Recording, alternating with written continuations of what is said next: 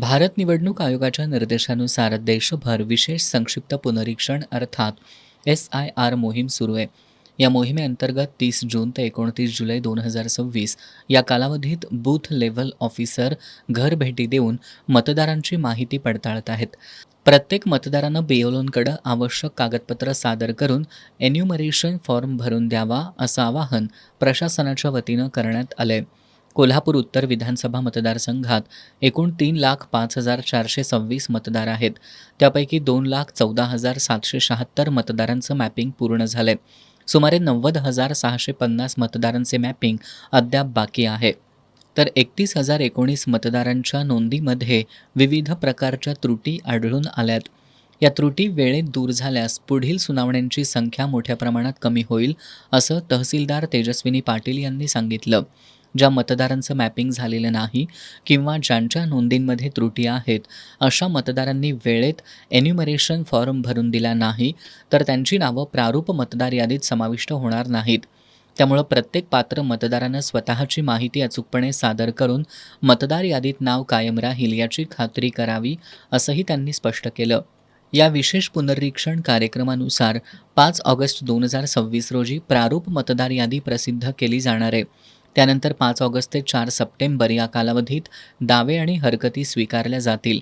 त्यावरील निर्णय 3 ऑक्टोबरपर्यंत घेण्यात येणार असून 7 ऑक्टोबर 2026 रोजी अंतिम मतदार यादी प्रसिद्ध होणार आहे.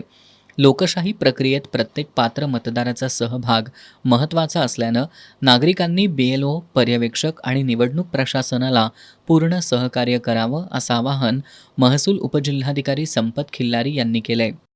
भारत निवडणूक आयोगाच्या निर्देशानुसार सध्या 276 कोल्हापूर उत्तर विधानसभा मतदारसंघामध्ये विशेष पुनरीक्षण मोहीम किंवा स्पेशल इंटेन्सिव्ह रिव्हिजन अभियान त्याला म्हणतो, हे 30 तारखेपासून आपण त्या ठिकाणी सुरू केलेलं आहे. या अभियानामध्ये 30 जून 2026 ते 29 जुलै 2026 या 1 महिन्याच्या कालावधीमध्ये या मतदारसंघामध्ये जे प्रारूप यादी प्रसिद्ध केली त्या यादीमधील अंदाजे 3,05,000 मतदार आहेत. त्या मतदारांचे गणना फॉर्म किंवा इन्युमरेशन फॉर्म आपण म्हणतो त्याला, ते घेऊन आमचे 315 मतदान केंद्राचे 315 मतदान केंद्रस्तरीय अधिकारी किंवा BLO हे प्रत्येक मतदाराच्या घरी भेट देणार आहेत.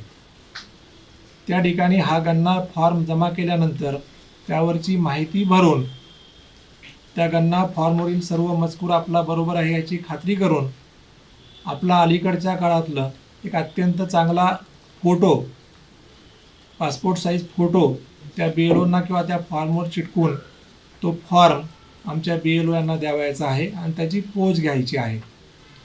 ज्या मतदारांनी अशा पद्धतीने दिलेला गणना फॉर्म आमच्याकडे प्राप्त होईल ह्या मुदतीमध्ये, त्या मतदारांचेच नाव जी यादी प्रारूप यादी प्रसिद्ध होणार आहे त्या यादीमध्ये समाविष्ट होणार आहे. माझी 276 कोल्हापूर विधानसभा मतदारसंघाच्या सर्व मतदारांना विनंती आहे की आलेल्या BLO यांना मनापासून सहकार्य करा. त्यांनी मागितलेली जी शासकीय कागदपत्रे आहेत ती कागदपत्रे आणि आपली माहिती व आपला फोटो त्या ठिकाणी तात्काळ देऊन आपलं नाव येणाऱ्या प्रारूप मतदार यादीमध्ये येईल याची खात्री आताच करून घ्या. धन्यवाद. मतदार यादीतील नाव अचूक आणि अद्ययावत राहण्यासाठी ही विशेष संक्षिप्त पुनरीक्षण मोहीम महत्त्वाची मानली जाते. त्यामुळं BLO घरभेटीला आल्यानंतर नागरिकांनी आवश्यक कागदपत्रांसह सहकार्य करणं महत्त्वाचं आहे.